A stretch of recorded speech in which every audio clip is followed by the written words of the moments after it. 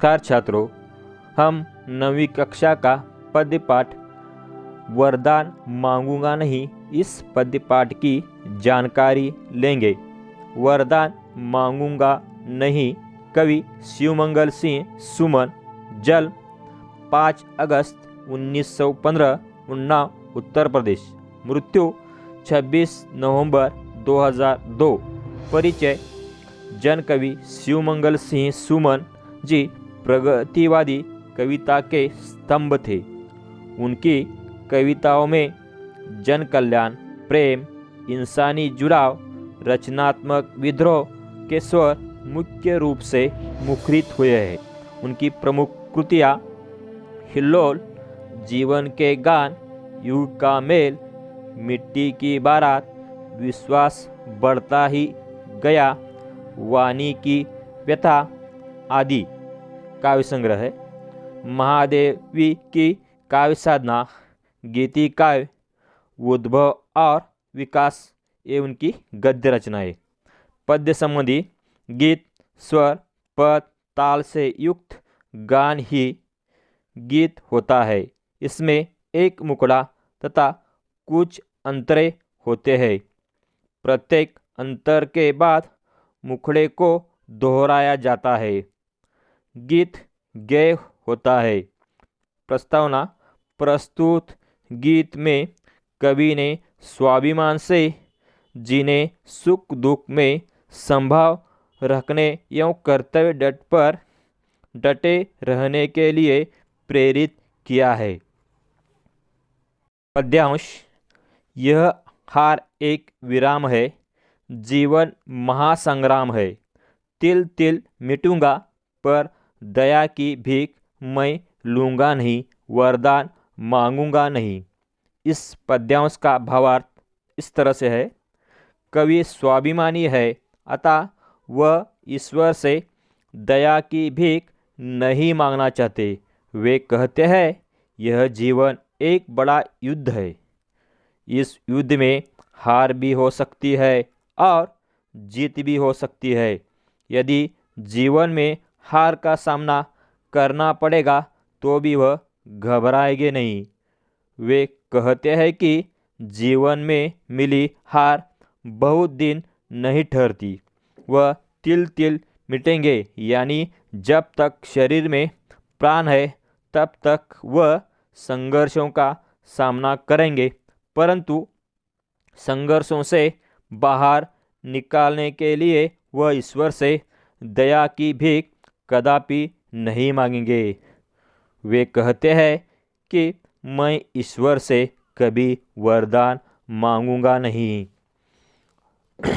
अगला पद्यांश: स्मृति सुखद प्रहरों के लिए, अपने खंडहरों के लिए, यह जान लो मैं विश्व की संपत्ति चाहूँगा नहीं, वरदान मांगूंगा नहीं। पद्यांश का भावार्थ: जीवन सुख दुख का खेल है। सुख पल भर के लिए मनुष्य के जीवन में आ जाता है और फिर उस सुख की सुखद यादों में मनुष्य खो जाता है। सुखद स्मृति पल भर के लिए मनुष्य को उल्लासित करती है।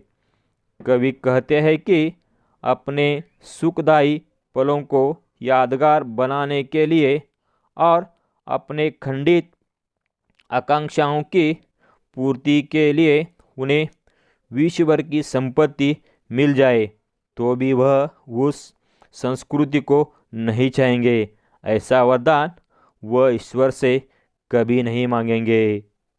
अगला पद्यांश है: क्या हार में क्या जीत में, किंचित नहीं भयभीत मैं।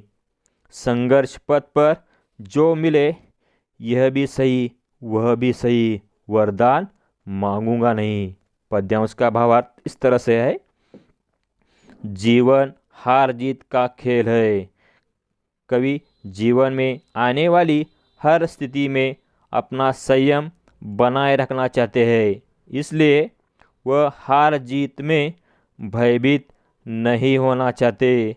वह सुख दुख में भयभीत नहीं होना चाहते। वह सुख दुख में समभाव रखना चाहते हैं। संघर्ष पथ में जो कुछ मिले उसे अपना मानकर वे आगे ही आगे बढ़ते रहेंगे, लेकिन ईश्वर से वरदान नहीं मांगेंगे। अगला पद्यांश है, लघुता न अब मेरी छुओ, तुम ही महान बने रहो, अपने हृदय की वेदना मैं व्यर्थ त्यागूंगा नहीं। भावार्थ, कवि अपने आप को बहुत ही लघु यानी छोटा मानते हैं। आखिर ईश्वर के सामने सभी लोग लघु ही होते हैं। ईश्वर महान होता है। इस तथ्य को स्वीकार कर कवि कहते हैं, मेरी लघुता को छूने का प्रयास मत करो, यानी मेरे सुख दर्द दूर करने का विचार त्याग दे।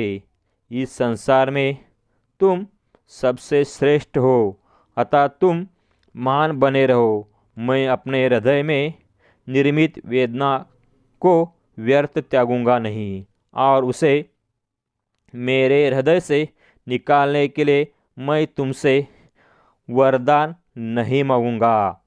अगला पद्यांश है, चाहे हृदय को ताप दो, चाहे मुझे अभिशाप दो, कुछ भी करो कर्तव्य पथ से, किंतु भागूंगा नहीं, वरदान मांगूंगा नहीं।